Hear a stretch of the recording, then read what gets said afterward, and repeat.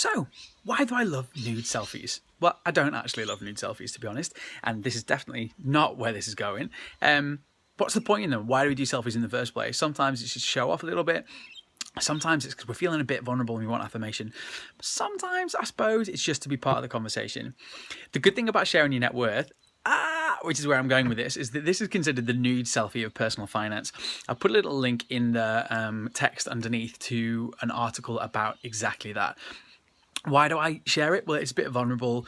Is it a bit voyeuristic? I don't know. I mean, it's quite raw to talk about where I'm at right now, but it's kind of like the before and after shots when you're doing training. This is where I'm at right now. I look a bit frumpy. I might have bad lighting, give myself a bad haircut. But then afterwards, this is where, this is how far I've come. And that's the whole point of me doing this conversation, is because I know where I'm going to get to in confidence. Like, it's a bit of a roller coaster ride.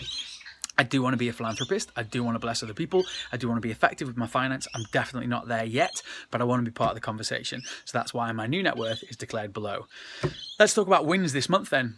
Wins, I would say, one was that my credit rating in the UK has skyrocketed. That has basically been to do with moving funds around and getting myself 0% APR credit cards, transferring the balance of those over, bringing my debt over to Australia as much as I can, so I'm paying in Australian dollars and I'm not at the mercy of the exchange rate.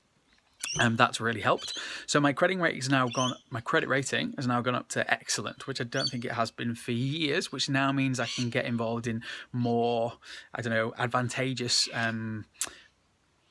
interest rate based credit stuff in the UK. And also it's helpful if I ever want to buy a property. We all know that a credit rating is useful, but you just have to invest into it. I remember when I was at university, the fact that I didn't pay my phone bill, I wasn't all that bothered about. I thought, in the future, how is that going to affect me? Well, I'll tell you how it affected me. It screwed my credit rating over because I wasn't responsible. Sometimes I wish I'd made better decisions earlier on and I wouldn't be in this state, but there we are. It's all about mopping up the mess. So 1, my credit rating has got better. 2, one win has been naming my accounts. I don't know if people do this sort of thing, but I actually name my bank account. So when I log into my online banking, I have my current account, then I have savings, and then I have another one for certain bills. My current account is actually named Jesus First. Now, we all know I'm a bit of a Christian, bit of a God botherer. The reason I do that is it puts my perspective in the right place, that the money's not even mine in the first place, so it helps me deal with it. So I'm not being super selfish about it. It reminds me to help other people, but also reminds me to invest and be responsible for what I have. But what are your financial goals? Are you working towards a wedding? Or maybe call your current account that white dress, because it'll influence you every time you log into it to spend your funds in a certain way. Or maybe it's the house in the country, or whatever dream you have. Just think creatively, make it personal, make it real to you. The good thing is, the more often you see it, the more it triggers you and impulses you. For instance, in fitness, I change a lot of my passwords on my phones and such thing to whatever my fitness goal is. So for a period of time, it was to get to 15% body fat. So everything was 0015. Don't try and rob my bank card. It's not that anymore, just so you know. But the key thing is, if you have a goal, you need to put it right in front of your eyes at the key moment. So when you're checking your bank balance, things that you're doing all the time, withdrawing money, logging into your phone, that sort of thing, just keep it there, keep it present, keep it relevant. That's my second thing, naming bank accounts. Just find something that's pertinent to you, and that will help in your journey towards financial freedom. Spins this month, well, I've actually gone backwards by about $7,000 net worth. Why is that? Because I had to apply for my permanent residency.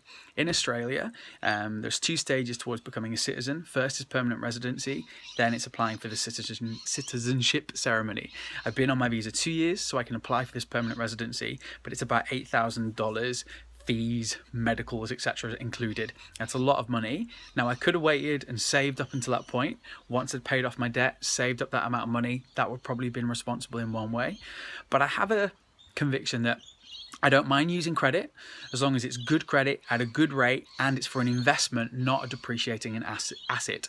Permanent residency is an investment for me because it means I can stay in this country and build a life here and have that golden ticket to come and go as I please. So I didn't mind spending that money. As much as it's annoying to see the net worth go back, it's only just a step in the process. I just need to work out now what I do with that debt that I've accrued, where I move it to, what's the best place for it to be. And then hopefully pretty soon I'll be in a position to do what I want, take on additional employment, and all the freedom that permanent residency brings. So 2 wins.